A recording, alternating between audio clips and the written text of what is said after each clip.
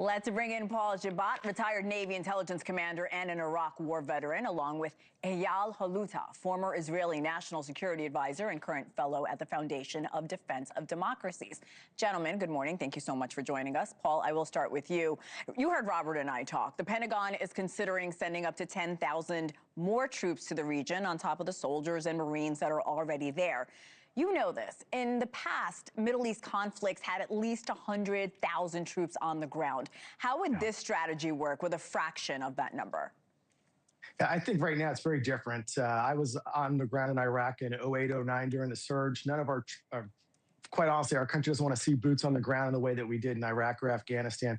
I think what the Trump administration is signaling here is something different. We're looking at Karg Island and potentially other areas where Iran has significant oil influence. Opening up the Strait of Hormuz is not going to be easy. We're sending forward the 82nd Airborne for potential quick boots on the ground and 2 MEUs, which are Marine Expeditionary Units, which right now are all putting into play additional options for the Trump administration. Yeah, Yemen's Houthi rebels say they're ready to fight with Iran against the U.S. and Israel. They've said that for weeks. Well, now Israel said it intercepted a missile launched from Yemen, the first such attack we're seeing from that nation. How does that threat change Israel's strategy moving forward? Does it signal a possible expansion of fighting?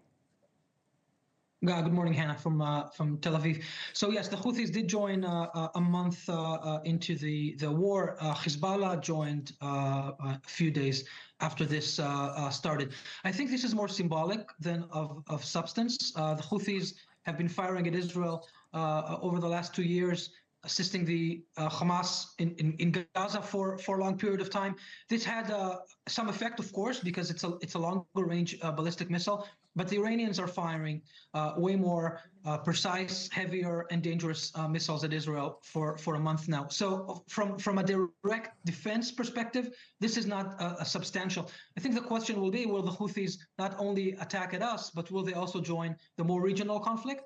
Or should we expect them to also attack Saudi Arabia and the Emirates like the Iranians are doing? Should we expect them to cause damage to ships trying to go through the Straits of Bab el-Mandab? And if they do, this will create a more broader escalation. On Israel per se, I think so far, this is not a very significant development. I want to stay with you for a sec, Eyal. On Friday, Israel launched an IDF strike across Iran. They targeted nuclear sites, military infrastructure, and according to Iran's foreign minister, major industrial facilities and a power plant.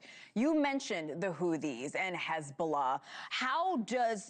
And Hamas, of course. How does the strategy change now that you're dealing with 3 proxy groups that have threatened to join, and now we know they're definitely playing a role here?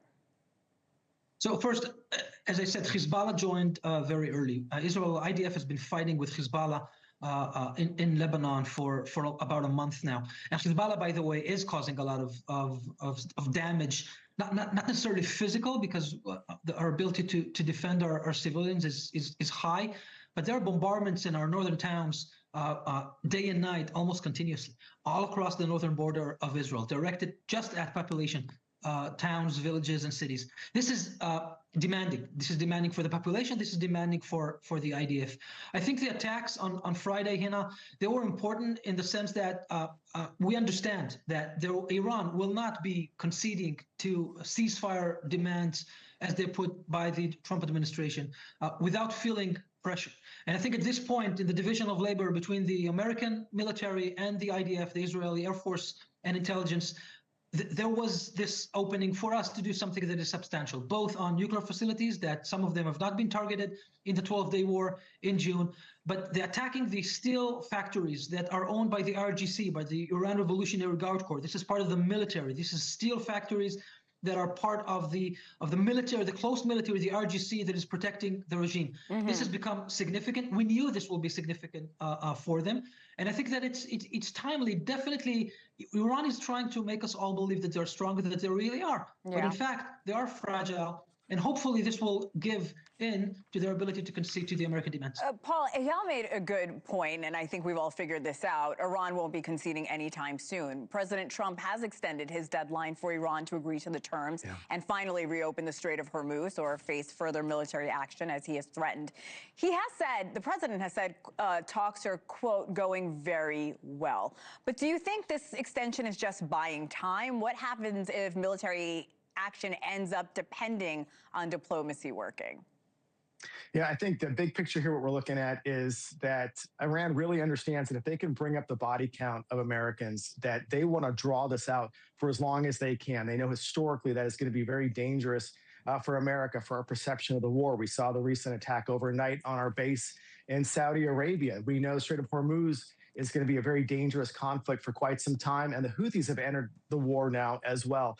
So from an Iranian perspective, if they can raise the body count of American service members and draw this out, that is where it becomes more dangerous. The 15-point plan from the Trump administration is critical. Pakistan's playing an important role in relaying that information back and forth, and we'll see where this unfolds in the next few days or next few weeks. Paul, I'm running out of time, but very quickly, Pentagon officials say the U.S. has already used around 850 Tomahawk cruise missiles against Iran. These, of course, for our viewers that don't know, are long-range strike weapons. Can U.S. forces sustain this strike rate, or do you see supply limiting future operations for other conflicts, not only in our country, but around the world?